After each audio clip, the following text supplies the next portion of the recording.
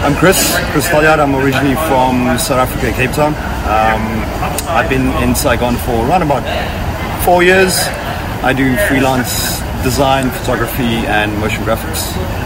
I've climbed in South Africa, I've climbed in Namibia, I've climbed in Cambodia, I've climbed up in the north in Katba, and then most recently in Thailand in Tonsai as well. It was in Cape Town, and one of my friends that I used to share an office with actually got me into climbing. He's like, "Oh, you want to climb?" And I'm like, "What's that?" When I grew up climbing, I didn't know what rock climbing was because I grew up in the middle of like a farm town on a farm. So climbing wasn't really a thing that I was used to. And he got me into it, and from there I was hooked. Majority started outdoors, so I still prefer outdoors. I mean, indoors is kind of like a necessity that you have to do. I don't really think anyone likes it. It's something that you need to do to actually just stay fit and prepare yourself to go back outdoors and in nature and climb. But yeah, when I got to Saigon, the first climbing place I came to was Bush, and I started talking to Paul because I saw Franklin and Josh was setting routes, and I really wanted to try it. It's something that I always wanted to try, and I started setting my first route. The people loved it, and I kept on doing it after that. I think it's a little bit of both, because a skill is something that anyone can obtain. If you put enough time and effort into it, you can obtain that skill. But the art form of it comes in where, how do you apply that skill on the wall? You know, like anyone can set, but if you just want to go and put some roots on the wall, it's fine. But if you want something and someone to resonate with that route, you're going to have to put a bit of art, and you're going to have to put a bit of passion into that. And that's why I think it's a little bit of both. So my routes are, you need to think a little bit. It's not just straightforward. You know, you can't just go in and start climbing and you think, oh, I'm going to flash it, because you're not. Like, it's specifically made for you to think, and if you don't follow the routes and you don't get the correct beta, yes, there's different way to climb it, you are going to struggle. My style definitely changed in terms of route setting. In the beginning it was more of just trying to set cool routes, mostly inspired by outdoor, like I said, and from there it kind of like evolved to where I'm always trying to teach someone something. So if I set a hard route like a 7A, I'm not really trying to teach anyone anything. Then I'll grab my inspiration from outdoors and I'll try and mimic some of the moves that I've experienced myself. But when I set something like 6B or 6A or lower, I try and teach the climbers something. So you'll start with like half a move, and then you'll go up and you do another half a move, and then halfway in the crux you'll take the first half and the second half and you put it together, and like boom, you have the move. So that means I taught you something. Now you know how to do a layback, or you know how to go into an undercling. So it's always trying to teach someone, might it be a move, might it be balance, might it be a different style of climbing, so corner climbing or layback or crack climbing.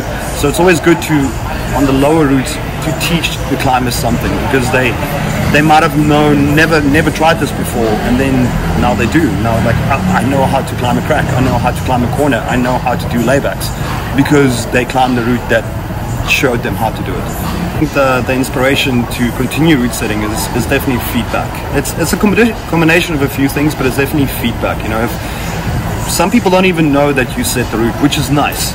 So they'll be like, oh, this route, and you can just sit in the corner like a little shadow, and you can just listen to the feedback. I don't even need the like compliment, like, hey Chris, you did great.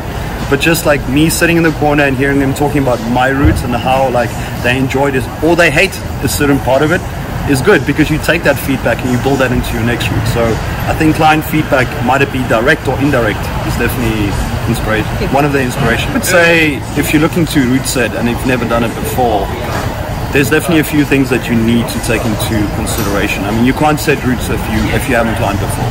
I would say climb, and climb as much as possible. Climb a lot, because you need to know what you're doing in order to set routes. Same with any art form, you know. So you need to try and do it more until you can get to a fact where you're happy with that before you can actually start setting that out to anyone else. So a good thing to do before route setting is just to tape a route. So actually just start taping a route of what we have, the holes that we have on the wall already. So that's a really good start, because it teaches you how to put a line together.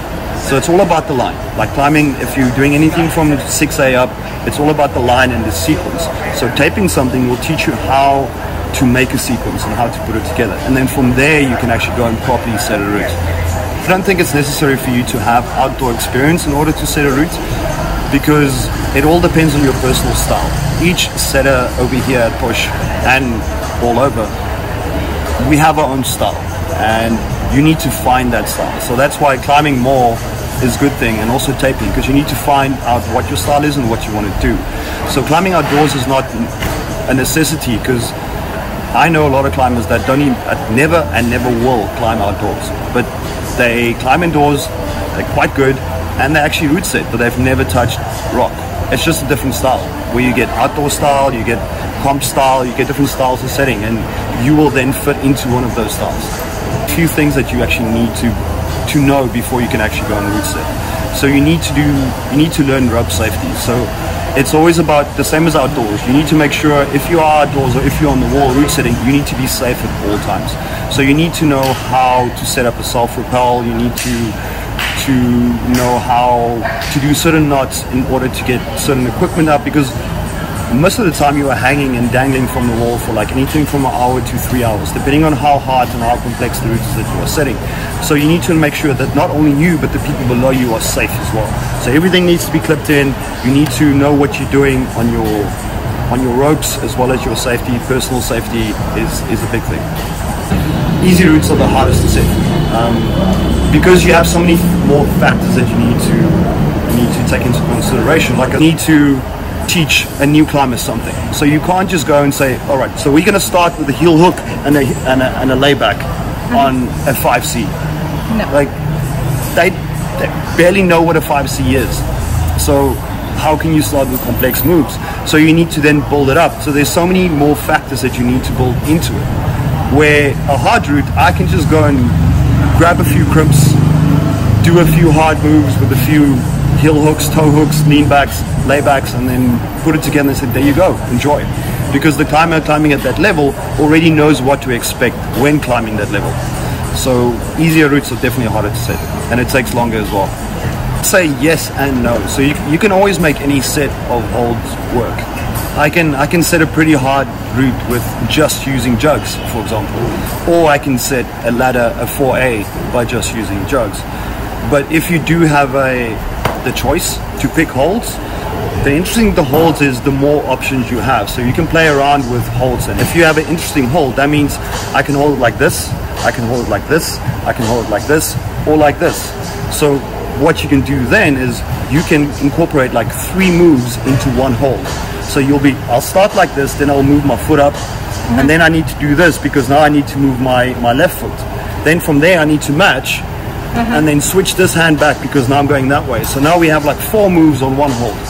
So I would say yes and no. You can work with what you have, but if you have better holds, different kind of styles and shapes, you can do so much more. Naming of the routes at Push is actually quite a nice thing for me, because it's the idea that I originally, when I just arrived, pitched to Paul, and he really liked it because it's so close to outdoors. You know, every route outdoors that you climb has a name, because it takes a lot of effort to put it outdoors. Obviously here it's like a lot quicker and doesn't take as much effort, but the name actually, all the names started playing such a big role in the routes we set here. So you can do 2 ways. Sometimes I'll come up with a name before I actually start setting. So if I have a certain thing that I want to teach someone, I'll call it like the Pink Panther, because the Pink Panther always sneaks around and it's very like balancy. So that already sets the precedent of what I want to set. So you call it Pink Panther and you're like, all right, cool. So that means I'm going to be sneaking, a lot of balance, slow moves. Or you can set something and there will be a specific crux, and that crux will then dictate the name. It might be the color. You know, the color might be black and it might be hard, and you might just say, okay, cool, Black Panther, for example. So I think it all works together, like creativity-wise, and you can be as creative with the name as you want to be.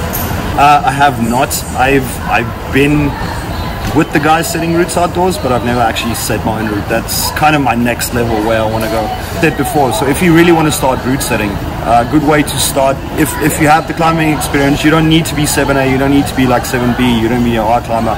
As long as you climb a lot and you are happy and confident in the level that you are, I would say approach the guys at Bush and be like, listen here, can I tape a route? And Mimi or anyone on the floor, even Paul, will be more than happy to assist you. They will give you a big roll of tape. They'll probably give you a sling as well. They'll show you how to use it so you can clip into the wall, and you can start taping your own route. So it's a good start. And then from there, if you want to start setting, I'm probably going to be here. I'm always here. So if you ever need help or you want some advice, just come and ask me, and we can set a route together. It'll be fun.